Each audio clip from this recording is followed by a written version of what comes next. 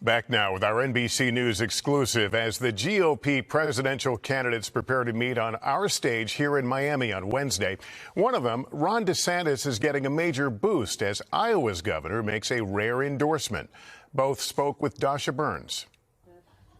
Tonight, Governor Kim Reynolds explaining why she's breaking with the Iowa tradition of staying neutral and endorsing Ron DeSantis. I just felt like I couldn't sit on the sidelines any longer. We have too much at stake. I truly believe that he is the right person to get this country back on track. It's arguably the biggest endorsement of the primary and a much-needed win for the DeSantis campaign, which has invested significant time and resources here. This one's obviously very meaningful because Kim has proven to be a great leader that Iowans love. With 2 months to go, former President Trump maintains a dominant 27-point lead among likely Iowa caucus-goers, with DeSantis and Nikki Haley tied for second. For those who criticize you and say, why are you endorsing a guy who's been slipping in the polls?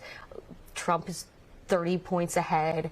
What do you say to those critics? I don't base my decision on polls. I take a look at who I believe is the right person for the right job. I believe that Ron is the right person for the right job, and I believe he's going to win. Do you worry about the risk that she's taking by endorsing you?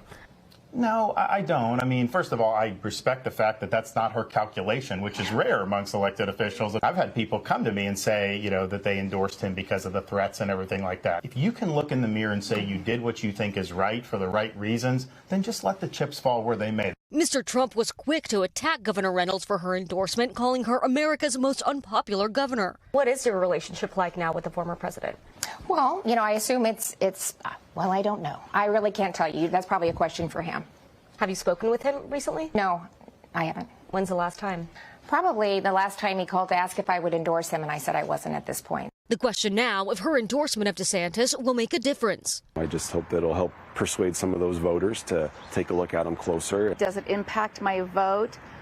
I don't know for sure at this point. He's been on my radar, so maybe I'll feel like I know a little bit more after the debate. Do you believe Trump can't win?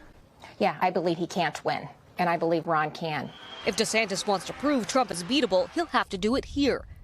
Dasha Burns, NBC News, Des Moines, Iowa. Thanks for watching. Stay updated about breaking news and top stories on the NBC News app or follow us on social media.